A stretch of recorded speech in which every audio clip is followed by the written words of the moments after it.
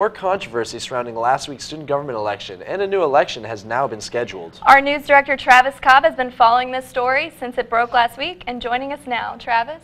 Thanks, Stephanie. This student government election season went through so many complaints, appeals, and winners, but no conclusion. After SG President Taylor Cox executed the University Court's unanimous injunction Wednesday night, the student body will vote again.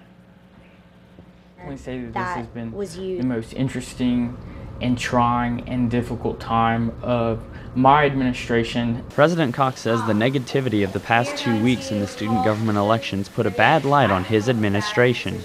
I want people to remember all of the positive things that student government has done for them this past year and not just let this past 2 weeks overshadow. University Court Chief Justice Morgan Falk says the unanimous injunction was an extreme circumstance to a confusing election season.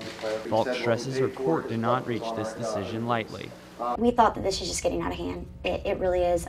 It's not about the student vote anymore. It's become more about who can break the least amount of rules. The ruling set the election date for Monday, March 25th, and the results for the following day. Falk says since the rules dictate the court cannot go back on their decision, a new election was necessary. Falk adds Unite LSU would have faced doubts from students had the results stood.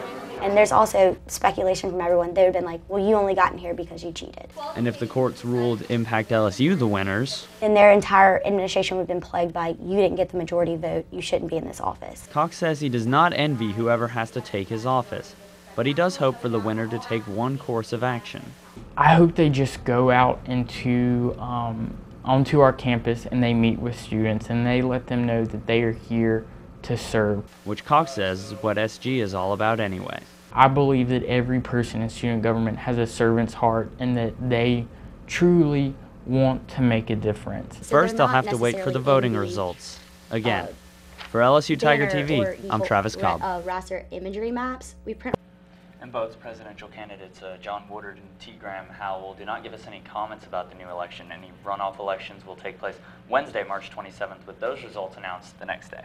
All right, thank you, Travis.